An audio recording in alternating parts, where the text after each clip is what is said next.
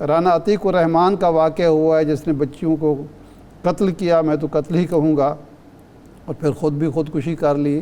یہ آپ کے حلقے میں ہوا، فیصل آباد میں ہوا، محمود آباد میں. اور آپ نہیں سمجھتے کہ اس وقت پہلی ترجیح سیاستدانوں کی، حکمرانوں کی، طاقتور لوگوں کی، اشرافیہ کی یہی ہونی چاہیے کہ ملک سے مہنگائی کا خاتمہ ہو، ظلم اور ناانصافی کا خاتمہ ہو، لیکن آپ سیاست کر رہے ہیں، لڑ رہے ہیں آپس میں، ایک دوسرے کو نیچا دکھا رہے ہیں. راجہ صاحب. جی ارشاد صاحب شکریہ.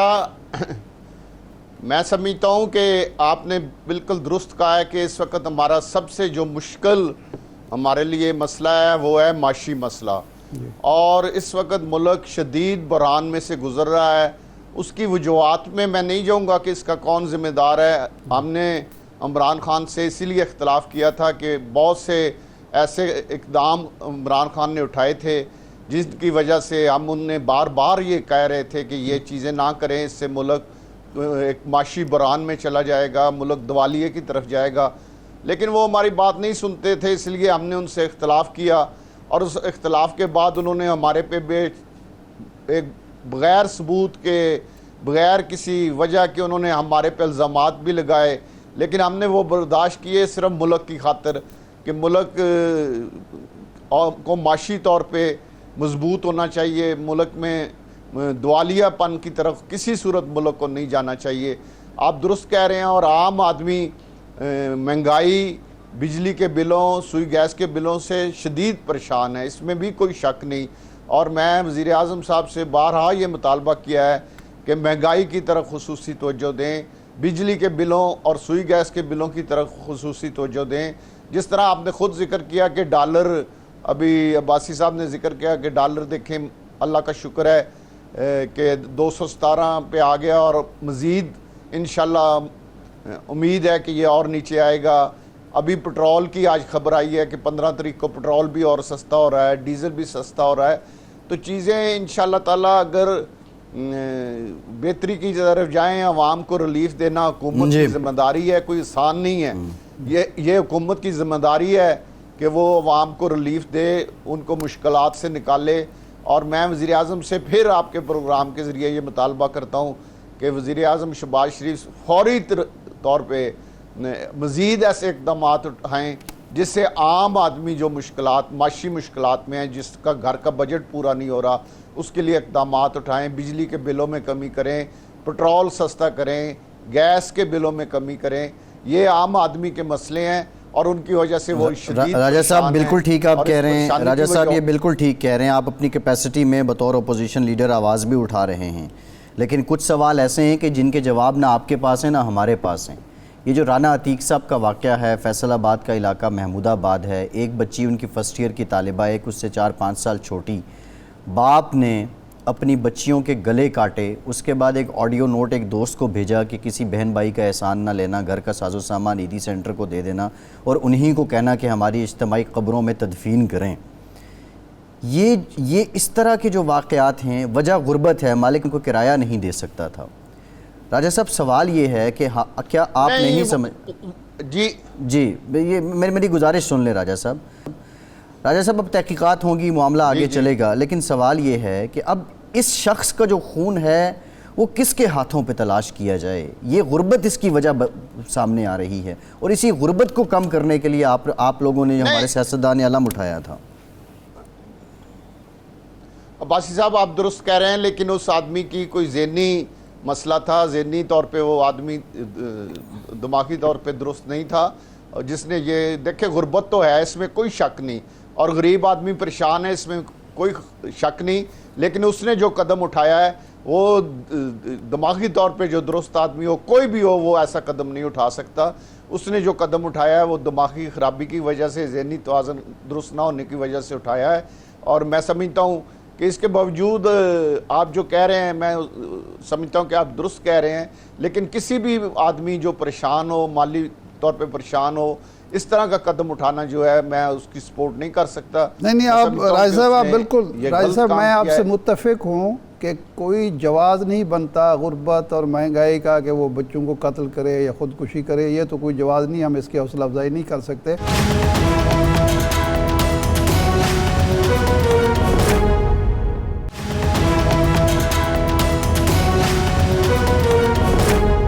سوال جو میں نے اٹھایا تھا وہ یہ تھا کہ یہ جو محاذ آرائی ہے 22 24 وزیر جو ہیں وہ بیٹھ کے پریس کانفرنس کرتے ہیں سارا دن, تو وہ جو حکومت کا کام ہے, جو ریاست کا کام ہے, جو ان کی ذمہ داری ہے منصبی, وہ کب ادا کریں گے؟ اگر صرف لڑتے ہی رہیں گے, کل عمران خان یہ کام کر رہے تھے وہ غلط کر رہے تھے, آج جو ساری جماعتیں مل کے وہی کام کر رہی ہیں, وہ کیسے درست ہو سکتا ہے؟ اس کا بھی تو کوئی روک تھام ہونی چاہیے. دیکھیں ایک دو چیزیں ہیں. ایک تو حکومت کو اپنا جو پہلا کام ہے وہ یہ ہے کہ وہ اپنے فرائض ادا کرے اور جو ملک کو مشکلات ہیں یا جو ان کے ذمہ داری ہیں ان کو پورا کریں. اس کے بعد ایک سیاسی لڑائی ہے کیونکہ عمران خان کی طرف سے شدید حملے کیے جا رہے ہیں. آپ دیکھیں نا کہ عمران خان صاحب نے خود ایک کھلاڑی ہیں اور میں اس کی مذمت کرتا ہوں کہ انہوں نے اسٹو ٹرف اسٹیڈیم کا اکھاڑ دیا ہے صرف اپنے جلسے کے لیے. تو ان کو کم از کم عمران خان صاحب کو اس طرح نہیں کرنا چاہیے کہ ایک کھلاڑیوں کے لیے ایک اسٹیڈیم ہے, وہاں پہ اسٹو ٹرف لگایا گیا تھا, اس کو صرف جلسے کے لیے اکھاڑ دیا گیا. تو یہ وہ خود کھلاڑی ہیں, کم از کم ان کو خود کو چاہیے کہ اس طرح کے کام نہ کریں. جس طرح شہباز گل نے, آپ خود کہہ رہے تھے کہ اپنی حد سے باہر گیا ہے اور جس طرح کی اس نے زبان استعمال کی ہے, اب اس کا ان کا فرض بنتا ہے کہ وہ حکومت میں ہے, وہ اس کا حکومت کا اور اپنی افواج کا دفاع کریں. ہمارا بھی فرض بنتا ہے کہ ہم افواج پاکستان کے ساتھ کھڑے ہوں. تو ان کے ساتھ کھڑا ہونا, اگر اس طرح کے لوگ زبان استعمال کریں گے تو ان کی وہ تو خود اپنی ترجمانی کر نہیں سکتے, تو ان کی ترجمانی حکومت نے کرنی ہے. اور میں سمجھتا ہوں کہ ہم نے بھی ان کی ترجمانی کی ہے اپوزیشن میں ہوتے ہوئے کہ یہ نہیں ہونا چاہیے تھا. شہباز گل نے جو کیا ہے وہ غلط کیا ہے اور ہم اس کی مذمت کرتے ہیں, اور کسی صورت جو اس نے الفاظ استعمال کیے ہیں ریاستی اداروں کے خلاف اس طرح کی زبان استعمال نہیں ہونی چاہیے. جہاں تک آپ نے بات کی ہے کہ آپ نے یہ کہا تھا کہ چودھری پرویز الہی صاحب کے ہاتھ میں وزارت اعلیٰ کی لکیر نہیں ہے. وہ نہ صرف یہ کہ آپ کے بیان کے بعد وہ لکیر ابھر آئی بلکہ وہ وزیر اعلیٰ بھی بن چکے ہیں. تو اب آپ کا کیا خیال ہے؟ جی دیکھیں, اگر قانون کو دیکھیں تو اس میں تو وہ وزیر اعلیٰ جو شجاعت صاحب کے خط کے بعد ہیں, اگر چاہے عدالت سے ان کے حق میں فیصلہ آ گیا اور وہ وزیر اعلیٰ بن گئے, تو اگر اس خط کو سامنے رکھا جاتا اور اس کو اسی طرح کا ایک پہلے بھی معاملہ آیا تھا لیکن سپریم کورٹ نے اور فیصلہ دیا, اس پر ذرا فیصلہ اور آیا ہے, اس وجہ سے وہ بن گئے ہیں, تو ہمیں اس کو تسلیم کرنا چاہیے. ہر آدمی کو وہ سپریم کورٹ کے فیصلے کے تحت وزیر اعلیٰ بنے ہیں, ہم ان کو وزیر اعلیٰ تسلیم کرتے ہیں. اور جو میری پیش گوئی تھی وہ غلط ثابت ہوئی ہے, اس کو بھی میں تسلیم کرتا ہوں.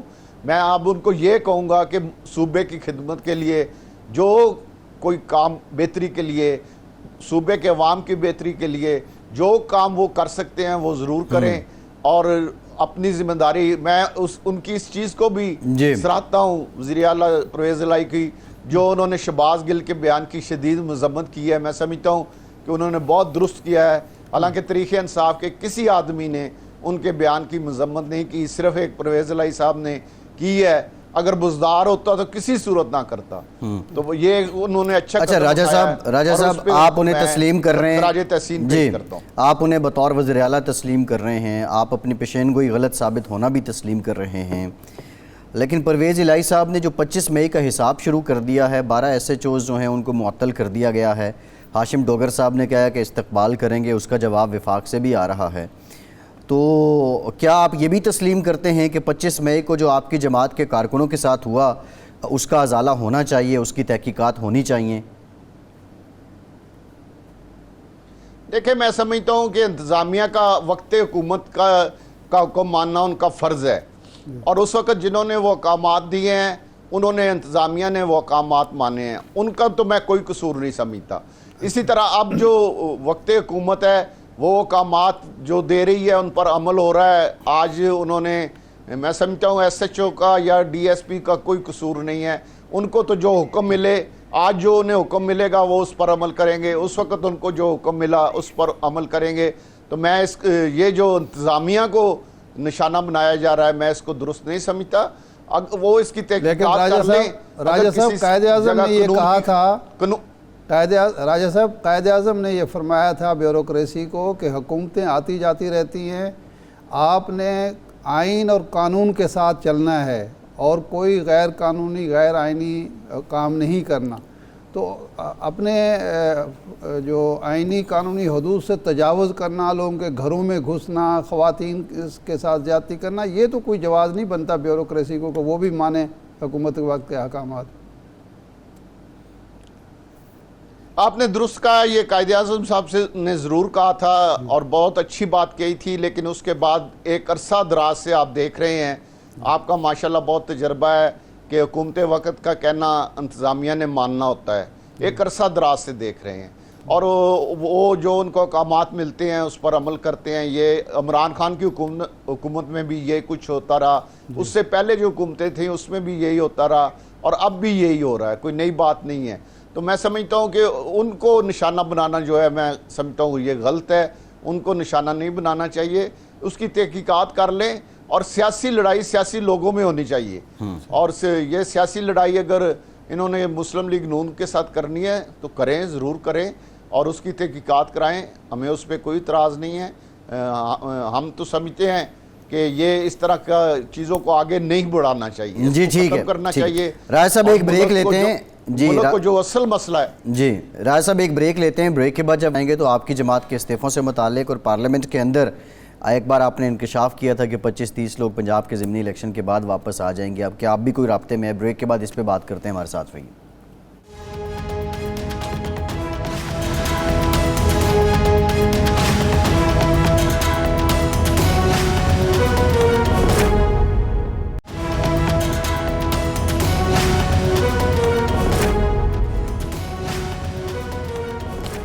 بریک کے بعد ایک بار پھر سے آپ کو خوش آمدید کہیں گے. راجہ ریاض صاحب, کل آپ کے پارٹی چیئرمین عمران خان صاحب نے یہ کہا کہ ان کو 3 معاملات ہیں جن میں نااہل کرانے کی کوشش کی جا رہی ہے. ایک توشہ خانہ ہے اور ایک جو الیکشن کمیشن کا فیصلہ ہے, اور تیسرا انہوں نے کہا کہ کردار کشی جو ہے اس کو بھی ساتھ ساتھ اب یہ لے کر چلیں گے.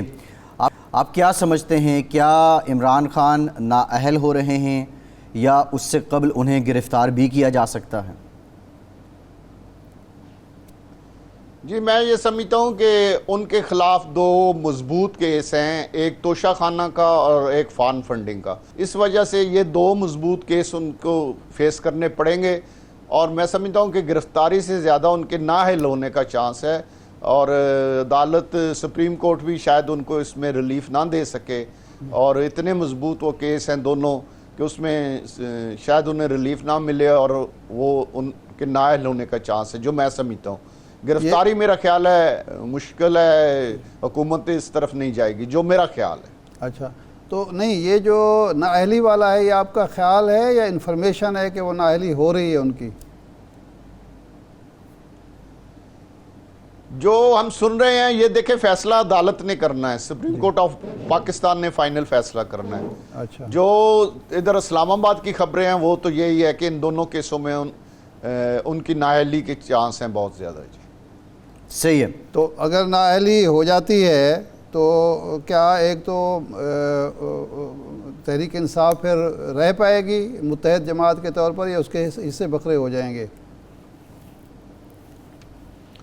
جی اس کو مشکلات آئیں گی. میں نے تو کچھ دن پہلے یہ مطالبہ کیا تھا کہ جو موجودہ حالات ہیں اس میں عمران خان صاحب کو خود استعفیٰ دے دینا چاہیے, جو ان پہ سنگین قسم کے الزامات سامنے آئے ہیں اور ثبوتوں کے ساتھ آئے ہیں, اور اکبر ایس بابر صاحب کو چیئرمین بنا دیا جائے, اور تمام ہم لوگ ان کے ساتھ اکٹھے ہو کے پھر تحریک انصاف کے پرانے لوگ اکٹھے ہوں, نئے لوگ اکٹھے ہوں, ہم سب لوگ اکٹھے ہو کے ایک نئے جذبے کے ساتھ تحریک انصاف کو آگے چلائیں. تو اکبر ایس بابر صاحب اتنی بڑی پارٹی چلا سکتے ہیں آپ سمجھتے ہیں؟ سب کو اکٹھا رکھ سکتے ہیں؟ دیکھیں انہوں نے اتنی بڑی پارٹی کے خلاف اتنے ثبوت دیے ہیں, اور 8 سال جس جرت اور دلیری کے ساتھ انہوں نے مقدمہ لڑا ہے, میں تو ان کو خراج تحسین بھی پیش کرتا ہوں، اور میں سمجھتا ہوں کہ وہ پارٹی کے وفادار لوگ تھے۔ اس طرح کے بہت سے لوگ ہیں جن کو پارٹی سے دھکے دے کے نکال دیا گیا، اور قبضہ گروپ نے قبضہ کر لیا، امریکہ سے آئے ہوئے لوگوں نے قبضہ کر لیا، جو کچھ بھاگ گئے ہیں، کچھ ہمارے ریاستی اداروں پہ حملے کر رہے ہیں اور کچھ بھاگنے کی تیاری کر رہے ہیں۔ تو ان لوگوں نے کون کون بھاگنے کی تیاری کر رہے ہیں راجہ ریاض صاحب؟ کون کون بھاگنے کی تیاری کر رہے ہیں؟ بہت سے ہیں جو بھاگ گئے ہیں، بہت سے ہیں جو بھاگنے کی تیاری کر رہے ہیں۔ اس کو چھوڑیں، آپ کو خود پتہ لگ جائے گا۔ نہیں، ہمیں تو جب بھاگ جائیں گے پتہ لگ جائے گا، لیکن آپ جو بات کر رہے ہیں کچھ بتا دیجئے۔ آپ کے پاس تو معلومات ہوں گے نا، کوئی 2-4 نام لیں۔ نہیں، کوئی پارٹی پوزیشن ہولڈر بھی بھاگے گا؟ ایجنڈا تھا کرپشن۔ راجہ صاحب کوئی پارٹی ڈیزگنیشن ہولڈر بھی بھاگے گا؟ اس میں سیکرٹری جنرل ہیں، وائس چیئرمین ہیں، اس کے بعد کے لوگ ہیں جن کے پاس پارٹی عہدے ہیں۔ نہیں، جو الیکٹڈ لوگ ہیں وہ فیس کریں گے، الیکٹڈ جو حلقوں کے لوگ ہیں وہ فیس کریں گے، وہ ملک میں رہیں گے۔ میں سمجھتا ہوں کہ یہ وہ لوگ بھاگیں گے جو ان الیکٹڈ تھے، جن کے خلاف ہم نے ہمیشہ آواز اٹھائی تھی کہ یہ کرپٹ لوگ ہیں، یہ بے ایمان لوگ ہیں، خان صاحب ان سے بچیں، اور یہ آپ کو بھی تباہ کر رہے ہیں، آپ پارٹی کو بھی تباہ کر رہے ہیں۔ تو خان صاحب نے ہماری بات نہیں سنی اور ان سارے لوگوں کو اپنے ارد گرد جمع رکھا۔ تو اب وہ ان کی کرپشن کی داستانیں جو آ رہی ہیں وہ کسی سے ڈھکی چھپی تھی نہیں۔ بزدار صاحب کی جو کرپشن ہے، یا جو وفاق میں ندیم بابر صاحب 1000 ارب کا ٹکا لگا کے گئے ہیں، یا جو شہزاد اکبر صاحب نے کیا ہے، تو یہ تمام باتیں سامنے ہیں۔ اگر خان صاحب اس وقت ہماری بات سن لیتے، ہم انہیں درخواست کرتے رہے کہ خان صاحب ان لوگوں سے جان چھڑائیں۔ اچھا راجہ صاحب آپ اسلام آباد بیٹھے ہوئے ہیں، آپ اپوزیشن لیڈر ہیں، پاکستان تحریک انصاف سے ہیں۔ اپوزیشن لیڈر بننے کے بعد آپ کے ساتھ جو صف اول کی قیادت ہے پاکستان تحریک انصاف کی، chairman, vice chairman, secretary general, اس کے بعد کے لوگ، صدور، نائب صدور، کسی نے کوئی رابطہ کیا اور انہوں نے کوئی اپنی طرف سے کسی خواہش کا اظہار کیا ہو کہ آپ اسمبلی فورم پہ اس بات کو اٹھائیں، اس ایجنڈے کو اٹھائیں؟ نہیں جی، میں تو نہ ان سے رابطہ کرتا ہوں، نہ وہ میرے سے کرتے ہیں، کیونکہ ہم ناراض ہیں ان سے۔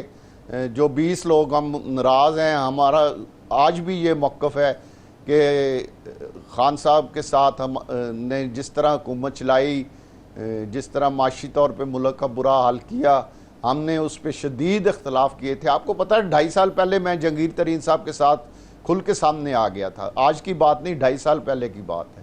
تو ہم نے تو ہر پارلیمانی پارٹی میں میرے ترین صاحب کی ابھی پوزیشن کیا ہے راجہ صاحب؟ ترین صاحب کی ابھی پوزیشن کیا ہے؟ ویسے تو ایک خاموشی ہے، لیکن انٹرنل کیا پوزیشن کیا ہے ترین صاحب کی؟ وہ جی وہ علاج، وہ میرے بڑے بھائی ہیں، اور علاج کے لیے وہ اس وقت لندن گئے ہوئے ہیں۔ جب آئیں گے تو انشاءاللہ، آپ کو پتہ ہے کہ انہیں بھی میاں نواز شریف کی طرح تعیات نائل کیا ہوا ہے، تو اللہ کرے کوئی ایسا حالات بنے کہ ان کی نااہلی ختم ہو تو انشاءاللہ وہ ایکٹیو سیاست۔ ایسے حالات بن رہے ہیں؟ یہ نواز شریف صاحب کی اور جہانگیر ترین کی نااہلی ختم کرنے کے لیے کوئی کوشش ہو رہی ہے پارلیمنٹ کے اندر؟ ابھی تک تو میں نے کوئی نہیں دیکھی ارشاد صاحب جی، لیکن شاید اگلے دنوں میں یہ چیزیں دیکھنے میں آئیں کہ اس طرح کی کوئی پارلیمنٹ کے اندر چیز آئے کہ ان کی نااہلیاں جو ہے وہ ختم کرنے کے لیے حکومت کی طرف سے، میرے تو نہیں علم میں، ہم تو اپوزیشن میں ہیں، لیکن حکومت کی طرف سے اس پر سوچ بچار ہو رہی ہے، اور میری جہاں تک اطلاع ہے کہ وزارت قانون اس پر کام کر رہی ہے۔ اگر کوئی قانون آتا ہے پارلیمنٹ میں نواز شریف صاحب کی، جہانگیر ترین صاحب کی نااہلی ختم کرنے کے لیے، 62(1)(f) کو ختم کرنے کے لیے، تو آپ کا جو گروپ ہے اپوزیشن، وہ حکومت کا ساتھ دے گی، غیر جانبدار رہے گی، یا مخالفت کرے گی؟ نہیں، ہم تو سمجھتے ہیں کہ یہ نااہلیاں جو ہیں غلط ہوئی ہیں، اور ہم نے اس وقت بھی آواز اٹھائی تھی، اور اب بھی ہم ان نااہلیوں کو ختم کرنے کے لیے جو اقدام ہوں گے اس میں انشاءاللہ تعالی اپنا رول ادا کریں گے، اور ان نااہلیوں کو ختم کرنے کے لیے جو بھی ہمارا کردار ہوا ہم کردار ادا کریں گے۔ جی ٹھیک ہے راجہ ریاض صاحب، لاسٹ بات آپ سے، اسمبلی کے اندر آپ اپوزیشن میں ہیں، جو پاکستان کے وزیر دفاع ہیں خواجہ آصف صاحب، وہ کہہ رہے ہیں کہ حالات جو ہیں وہ اچھے نہیں ہیں۔ بطور اپوزیشن لیڈر آپ پہ یہ الزام بھی لگتا ہے کہ آپ کی استعداد اتنی نہیں ہے، آپ کے پاس لوگ ہی اتنے نہیں ہیں۔ ان 3-4 مہینوں میں کوئی ایک بڑا کارنامہ، کوئی ایک لیجسلیشن جو آپ کے گروپ کی جانب سے، آپ کی جانب سے اسمبلی میں کی گئی ہو؟ دیکھیں آپ کو خود بھی کہہ رہے ہیں کہ ہماری بڑی تھوڑی سی تعداد ہے، ٹوٹل ہم 20 لوگ ہیں، اور اس میں جہاں بھی ہمارا رول ہوتا ہے ہم اپنا وہ رول اپوزیشن کا ادا کر رہے ہیں. ایک ننھی منی سی اپوزیشن ہے، اور باقی میں نے تو خود عمران خان کو یہ دعوت دی ہے کہ وہ اسمبلی کے اندر آئیں. میں فوراً استعفیٰ دینے کے لیے تیار ہوں، وہ اپوزیشن لیڈر بنے اور اپنا ایک رول ادا کریں اسمبلی کے اندر آ کے. لیکن وہ تو کسی کو فیس کرنا، وہ تو آپ میڈیا کو فیس نہیں کر پاتے، اکیلے کیمرہ لگا کے پریس کانفرنس کرتے ہیں، تو اب وہ لوگوں کو فیس نہیں کر سکتے یا اسمبلی میں آ کے حکومت کو فیس نہیں کر سکتے، تو اس میں ہمارا تو کوئی قصور نہیں. ہم تو انہیں آج بھی آپ کے ذریعے دعوت دیتے ہیں کہ وہ اسمبلی میں آئیں اور اپنا رول ادا کریں، اپوزیشن لیڈر کا رول ادا کریں، اپوزیشن کا رول ادا کریں، اور ملک میں معاشی استحکام آنے دیں، افراتفری کو چھوڑیں، اور وقت پر الیکشن انشاءاللہ تعالی ہوگا، اس الیکشن میں وہ بھرپور حصہ لیں. ہم تو ان کو آج بھی یہ دعوت دیتے ہیں. جی بالکل ٹھیک، بہت شکریہ اپوزیشن لیڈر قومی راجہ ریاض صاحب. آپ کے وقت کا ایک بریک، اور بریک کے بعد 75 سال کا پاکستان ہو جائے گا 14 اگست کو. یہ پاکستان کیسا رہا، کیسا ہے، اور مستقبل کیا ہے، اس پہ بات کریں گے. ہمارے ساتھ رہیے.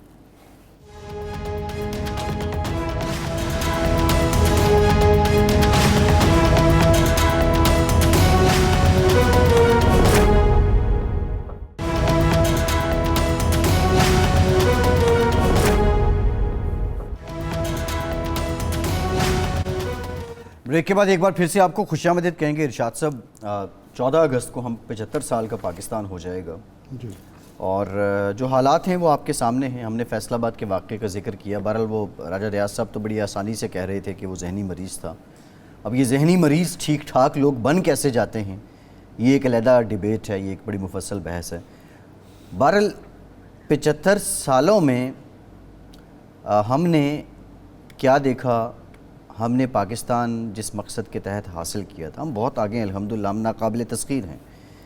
لیکن وہ مقاصد کتنے پرسنٹ، اگر میں آپ سے کہوں، ان کو حصول کتنے پرسنٹ ہوا ہے؟ دیکھیں جی، مادی طور پر اگر ہم دیکھیں تو کوئی اتنی مایوسی والی صورتحال نہیں ہے. جی. پاکستان جہاں 1947 میں تھا، آج اس سے کہیں آگے ہے. ہم ایک نیوکلیر پاور ہیں.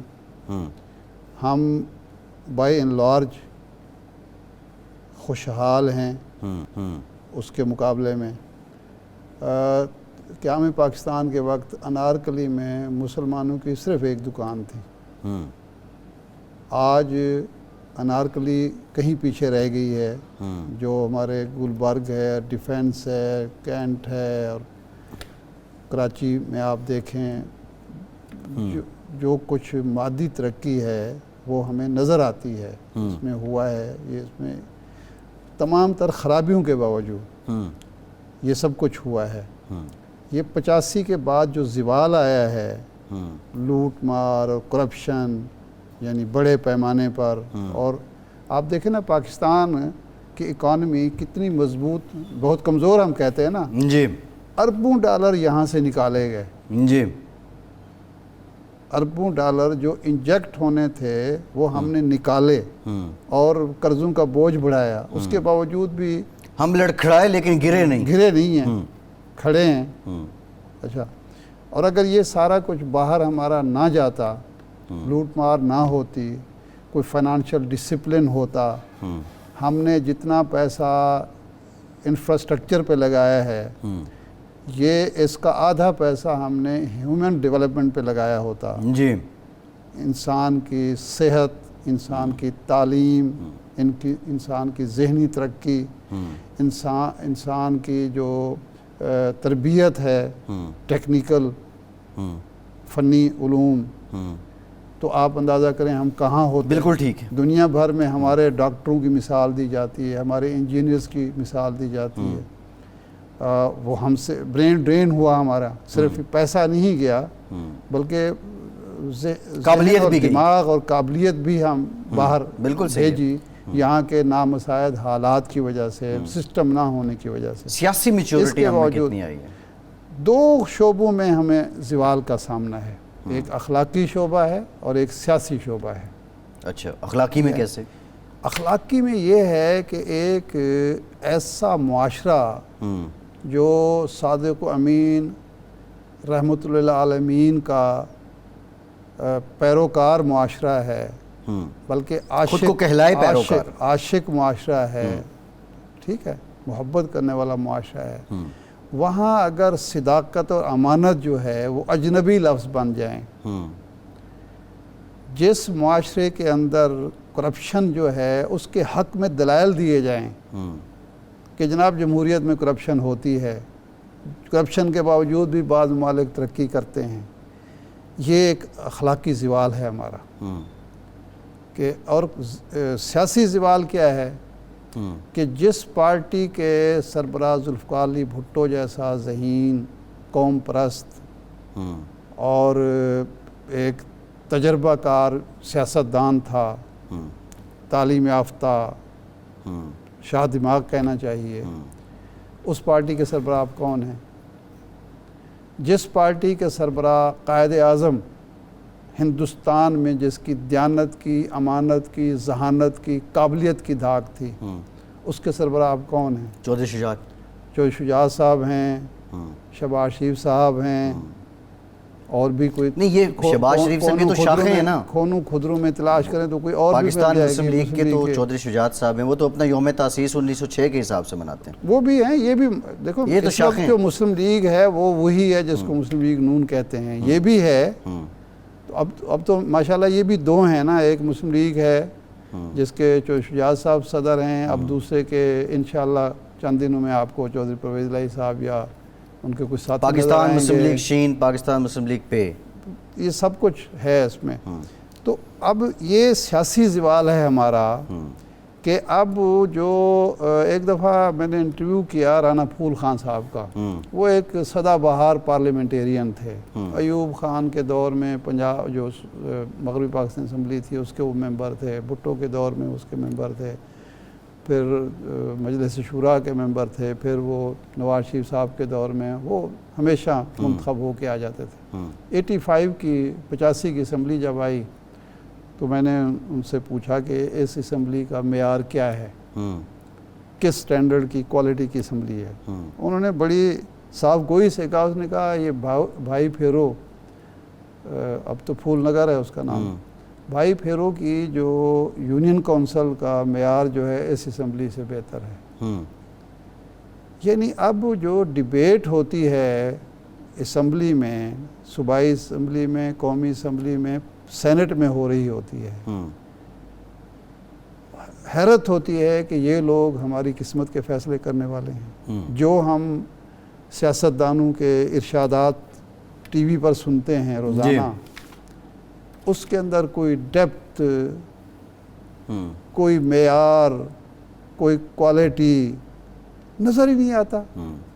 چلتے دیکھیں، حقیقی جمہوریت بھی ایک بہت بڑا سوال ہے، جمہوریت کیا، جمہوری رویے بھی نہیں ہیں، جمہوری رویے بھی نہیں ہیں، رویے تو آپ کے سامنے ہی ہیں۔ ہم یعنی عجیب و غریب صورتحال ہے کہ اس ملک میں پارلیمنٹ میں جو قانون سازی ہو رہی ہوتی ہے اس میں بھی انصاف کا فقدان ہوتا ہے۔ جی، انصاف کا قانون جو منصفانہ قانون کیا ہوتا ہے کہ وہ سب کے لیے ہوتا ہے اور پوری قوم کے مفاد میں ہوتا ہے۔ یہاں ایک پارٹی کے مفاد میں، ایک شخص کے مفاد میں، ایک گروہ کے مفاد میں قانون سازی ہوتی ہے، اسی لیے ہر چوتھے دن وہ قانون بدلنا پڑتا ہے۔ جی، ترمیم در ترمیم، ترامیم در ترامیم، یعنی خود ہی وہ قانون بناتے ہیں، 2 دن کے بعد اس کا شکار ہوتے ہیں، پتہ چلتا ہے کہ نہیں جی یہ تو غلط بن گیا ہے، اس میں تو ہم اس کی تو گرفت میں ہم بھی آ سکتے ہیں۔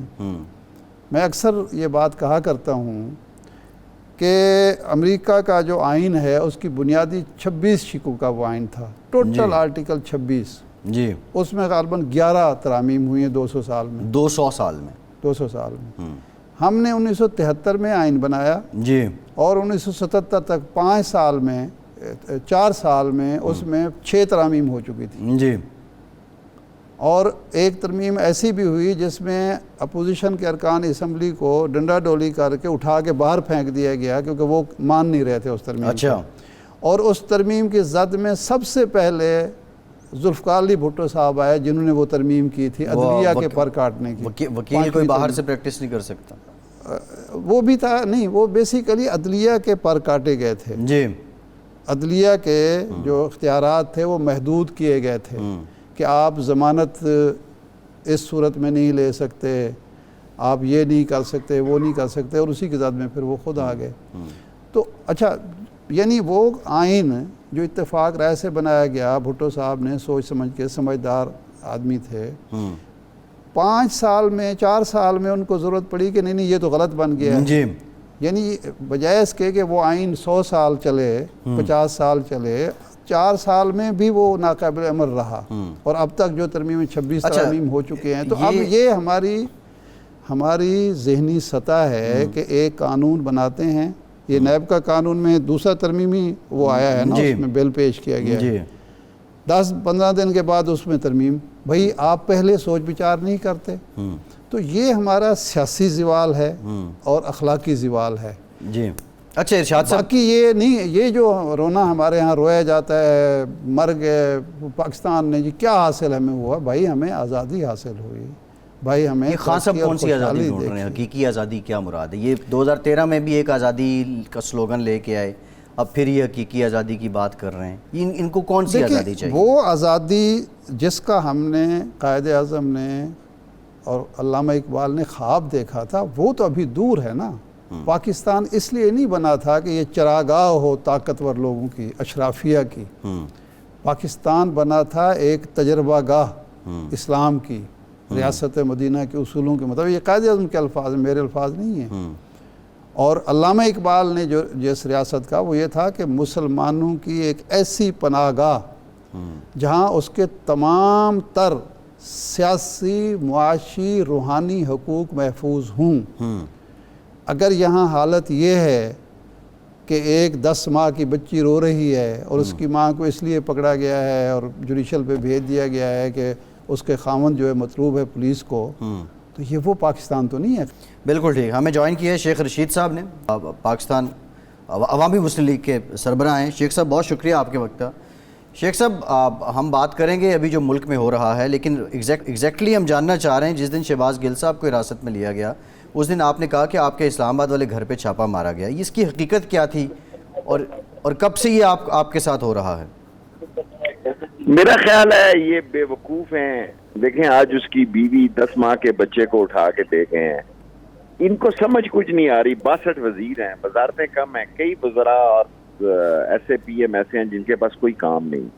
کہاں جائیں گے, کہاں بیٹھیں گے یہ؟ اور دوسری طرف آپ کہہ رہے ہیں کہ غریب جو ہے وہ برداشت کرے. مجھے تو ایسے دکھائی دے رہا ہے کہ ان کے بس کی بات نہیں ہے. یہ کمبل کو چھوڑنا چاہتے ہیں, کمبل انہیں نہیں چھوڑ رہا. اور یہ ایسی صورتحال میں نہیں سمجھتا کہ ان کو اتنی بھی سمجھ نہیں ہے کہ ان کے معاملات عوام میں بہت خراب ہو رہے ہیں. اور ان کے دیکھیں پروگرام ہو رہے ہیں کہ باپ نے 14,600 یا 1 لاکھ کرایہ نہ دینے پر 2 بیٹیوں اور خود اپنے آپ کو خودکشی کر لی. لوگ بچوں کو نہروں میں پھینک رہے ہیں, بجلی کا بل نہیں دے سک رہے, اسکولوں سے اٹھا رہے ہیں. آپ دیکھیں میرے حلقے میں سرکاری اسکولوں پہ کبھی رش نہیں تھا. لوگوں نے پرائیویٹ اسکولوں سے بچے اٹھا کے سرکاری اسکولوں میں بھیج. جی. تو ایک ایسے حالات ہیں. دوسری طرف شیخ صاحب یہ حالات تو ہیں. ایک سوال یہ بھی ہے شیخ صاحب, جو شہباز گل صاحب والا معاملہ ہے, پرویز الہی صاحب نے مشورہ دیا پی ٹی آئی کو, خان صاحب کو, کہ وہ لا تعلقی کر لیں اسٹیٹمنٹ سے. آپ ایک زیرک سیاستدان کے طور پہ کیا سمجھتے ہیں, یہ مشورہ سمجھ میں آنے والا ہے؟ جی دیکھیں گزارش یہ ہے کہ آج سارے اخباروں کی لیڈ سٹوری ہیں. اس کے بیان کو میں نے تو نہیں سنا تھا. آج پاکستان کے سارے اخباروں کی لیڈ سٹوری ہیں. ایک لڑکے کا کوئی, حالانکہ بہت بری بات ہے, اداروں اور عدلیہ کے خلاف کوئی بات نہیں چاہیے. میں بالکل واضح طور پر ٹنکے کی چوٹ پہ کہتا ہوں کہ کوئی محب وطن آدمی اپنے اداروں اور اپنی عدلیہ کے خلاف بات نہیں کر سکتا. ایک آدمی کے 50 ویور تھے, اس کو 50 دفعہ آپ نے آل پاکستان چینل پر اشتہار کے طور پر بتایا.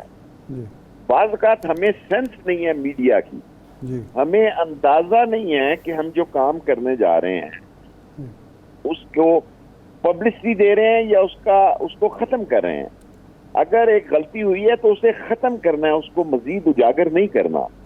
سو میرے نزدیک تو میں تو بعض اوقات حیران ہوتا ہوں کہ یہ سب لوگ کیا کر رہے ہیں. کے پی کے حالات بڑے اتنے خراب ہو رہے ہیں کہ لوگ اسلام آباد اور راولپنڈی میں کالیں آ رہی ہیں پتہ کی, اچھا, اور سارے کاروبار ٹھپ ہیں, کوئی انویسٹمنٹ نہیں ہے, سینکڑوں فیکٹریاں بند ہیں, بجلی کے بل نہیں دے سک رہے, جو مسئلے کرنے کے ہیں وہ بھی نہیں کر رہے. اور میرا نہیں خیال کہ آسانی سے ملک ان مسائل سے جان چھڑا. شیخ صاحب, اطلاع یہ ہے کہ میاں نواز شریف صاحب پھر مشاورت کر رہے ہیں کہ مجھے ملک میں آنا چاہیے, اور وہ گارنٹی مانگ رہے ہیں کہ میرے ساتھ کوئی انتقامی سلوک نہیں ہوگا, مجھے بھی آزادی کے ساتھ سیاست کرنے دی جائے. تو آپ کا کیا خیال ہے, یہ کوئی ایسی بات ہو رہی ہے, واپس آ رہے ہیں؟ دیکھیں, اب جو کچھ بھی ہوتا ہے 140 ملین لوگوں کے پاس کلاشنکوف ہے ان کی جیب میں ٹیلی فون کی حیثیت سے. جی. سو اب رائے عامہ جو ہے, اب نواز شریف چھوڑ کر نواز شریف پلس بھی آ جائے, اچھا, تو اس ملک کے حالات جو ہیں وہ بہت مختلف ٹرن لے چکے ہیں. گراؤنڈ ریالٹی کا لوگوں کو احساس نہیں ہے. میں خود اپنے طور پر پریشان ہوں کہ میں حویلی میں بیٹھتا ہوں, سوچتا ہوں کہ بھئی میں ان حالات کو کس طرح مینج کر سکتا ہوں. مقامی طور پر بھی اپنے حلقے کو مینج نہیں کر پا رہا. تو حکومت تو بہت بڑی چیز ہوتی ہے. نواز شریف چھوڑ کر ایک چھوڑ کے دو نواز شریف بھی آ جائیں تو یہ انہوں نے غلط شاٹ کھیلی ہے, یہ سلپ پہ کیچ ہو گئے ہیں. اور آصف زرداری نے اپنے آپ کو انہیں مین لاہور کے لکشمی چوک میں سیاسی طور پر دفن کر دیا ہے. لاہور جیسے مین حلقے سے ان کی 3 سیٹیں جانا, اور چوتھی سیٹ پی ٹی آئی نے. اچھا شیخ صاحب, لاسٹ کویسچن 1 لائن آنسر کر دیں. آپ سمجھتے ہیں شہباز گل کا بیان قابل مذمت ہے؟ دیکھیں, میں یہ سمجھتا ہوں کہ کسی شخص کو اداروں کے خلاف بیان نہیں دینا, کیونکہ کورٹ میں کیس ہے, کل یہی بات وہ لے کے چلے جائیں گے. میں نے ابھی آپ کو بیان دیا کہ کسی شخص کو عدلیہ اور اداروں کے خلاف بات نہیں کرنی چاہیے. جی ٹھیک, بہت شکریہ شیخ رشید صاحب, سربراہ عوامی مسلم لیگ ہمارے ساتھ. شاد صاحب, پروگرام کا ٹائم ختم ہو گیا. آپ کا شکریہ, اجازت دیجیے.